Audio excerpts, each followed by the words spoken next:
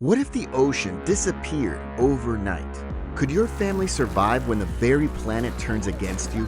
And what happens when saving the people you love means sacrificing yourself? This is Survive, a haunting 2024 eco-disaster film that doesn't just imagine the end of the world. It makes you feel every heartbeat, every loss, every choice. Let's dive straight into the chaos. We open with a family. Julia, a compassionate but stressed doctor, her husband Tom, a dedicated oceanographer, and their two kids. Teenage Cassie, all headphones and attitude, and 13-year-old Ben, curious and innocent. They're celebrating Ben's birthday on their yacht, Orca, in the middle of the Caribbean. The ocean is calm, for now. But the sky tells another story. That night, chaos strikes. A cosmic event, a magnetic pole reversal, triggers a violent storm. Space debris rains down. The yacht is rocked by tremors and flames. When the family wakes up the next morning, the ocean is gone. Literally gone. The boat is stuck in the middle of a dry, lifeless seabed, surrounded by sun-bleached bones, plastic waste, and the skeletal remains of ocean life. What do you do when the laws of nature collapse? Tom is quick to assess the situation. He explains the pole reversal has flipped gravity patterns and caused ocean displacement. Most wouldn't believe it, but the proof is in the cracked seabed beneath their feet.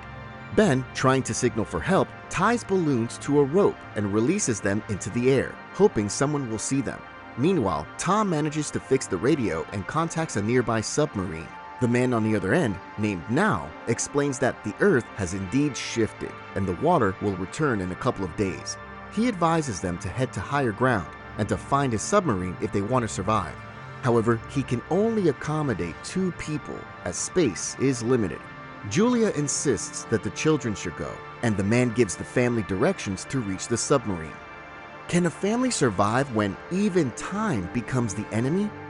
Still here? Then you're probably hooked like we were. Smash that subscribe button for more deep emotional breakdowns just like this one, only on Recap Studio. Now, back to the story. How far would you go to make sure your family survives, even if it means you don't?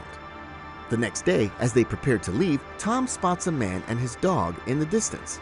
Relieved to see another human, Tom approaches him with a bottle of water as a peace offering. The man, however, turns out to be dangerous. He attacks Tom, brutally killing him in front of Julia. Julia tries to fight back, but is injured. She barely manages to escape back to the boat with Cassie and Ben. The man follows them, and a tense standoff ensues. Cassie, armed with a flare gun, shoots the man, causing a fire on the boat. Julia grabs their supplies, and they flee as the boat burns down in flames. Seeing Tom's body on the ground brings the family face to face with the reality of their tragic situation. Their only option for survival is to keep moving. With Tom gone, the family continues their journey across the dried-up ocean, struggling with thirst and exhaustion.